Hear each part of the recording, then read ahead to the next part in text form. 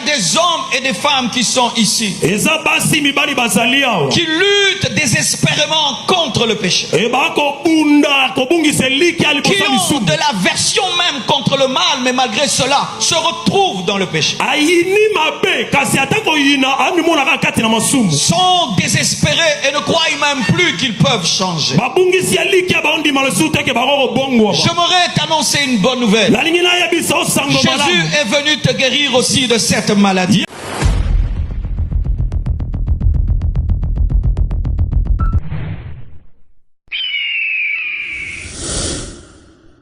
Une œuvre de Dieu va s'accomplir dans ta vie, qui sera la preuve de sa puissance. Tu es reconnu comme le brigand de ta famille. Ta conversion va amener le réveil dans ta famille. Tu as une maladie que tous les médecins ont déclarée incurable. Ta guérison va amener le réveil dans ta famille. Tu es reconnu comme l'homme le plus triste. Ta joie va amener le réveil dans ta famille. Je t'annonce un témoignage. Je t'annonce une vie de témoignage. Je t'annonce une vie de témoignage. Je t'annonce une vie de témoignage. Je t'annonce une vie de témoignage. Dieu est le Dieu qui change les vies. Tu ne rentreras plus dans la boîte de nuit. Tu ne rentreras plus dans les boîtes de nuit. Aujourd'hui c'est le dernier jour. Aujourd'hui c'est le dernier jour. Tu ne rentreras plus dans les lieux d'impudicité. Tu ne rentreras plus, tu ne rentreras plus. Et certains, ce sera le dernier jour que tu verras ton médecin. Tu ne rentreras plus. Tu es venu à la croisade. L'homme qui va rentrer sera un autre homme. La femme qui va rentrer sera une nouvelle femme. Fini la prostitution, fini la drogue, fini la sorcellerie, fini la magie, fini les pleurs, fini la tristesse, fini la maladie. Aujourd'hui,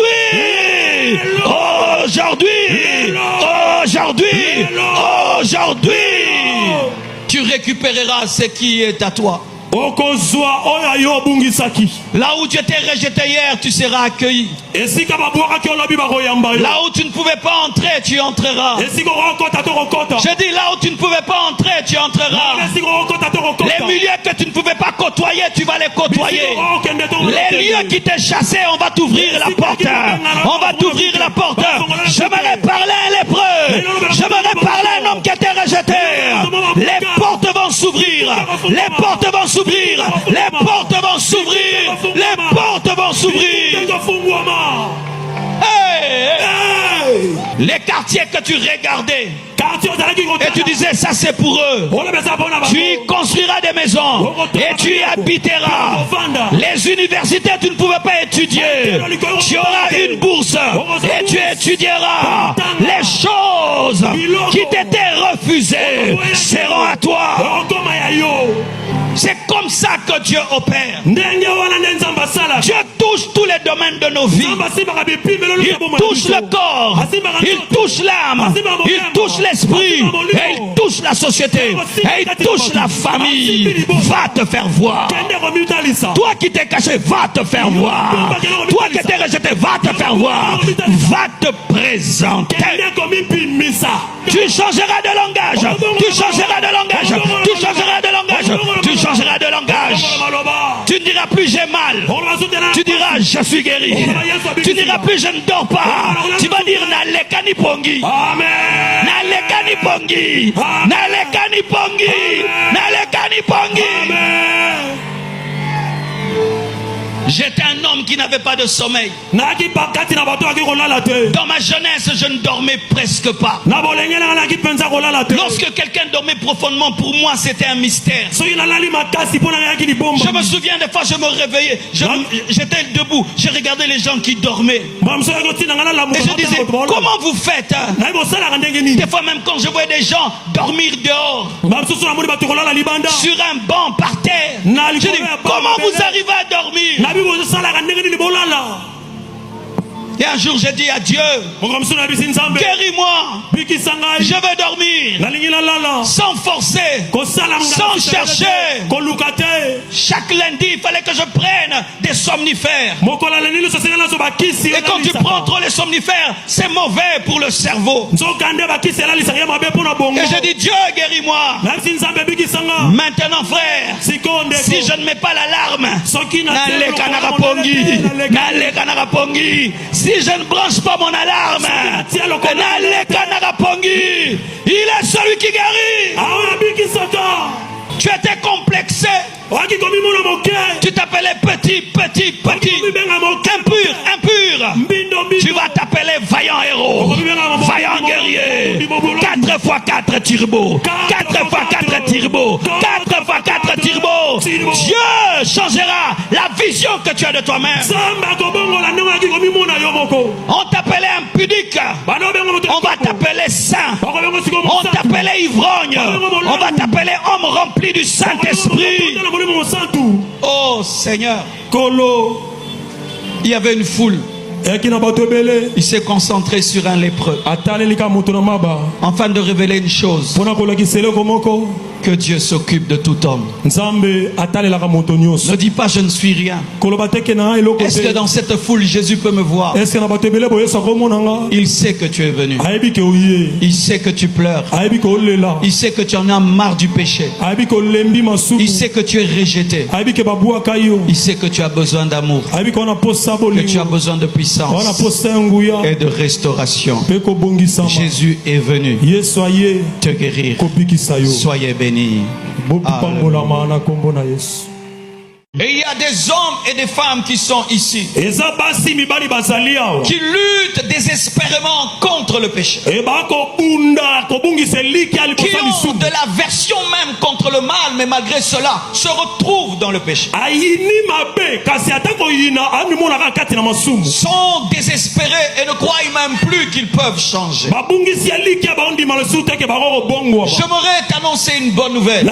Jésus est venu te guérir aussi de cette maladie. Il est venu te guérir de ce péché.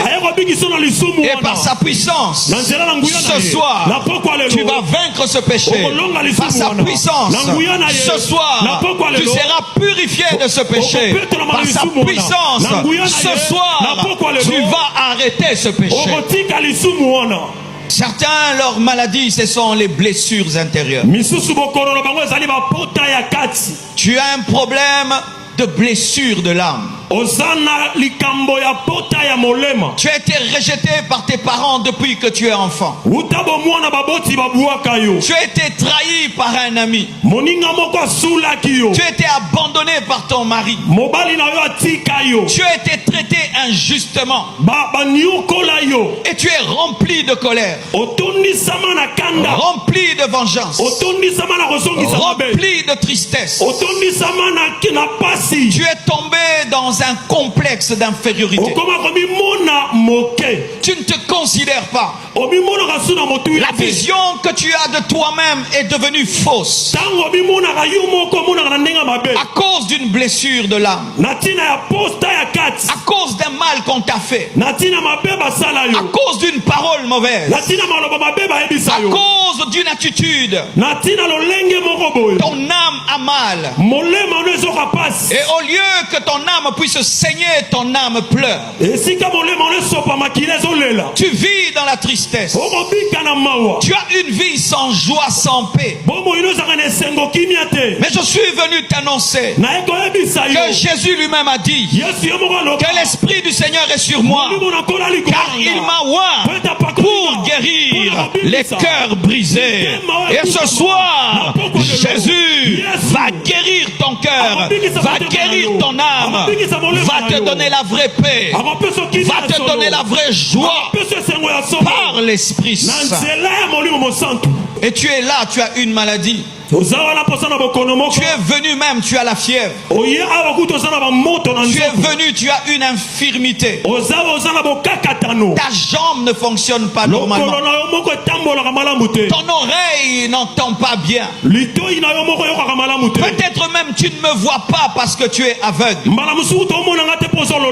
Tu as une infirmité en toi. Une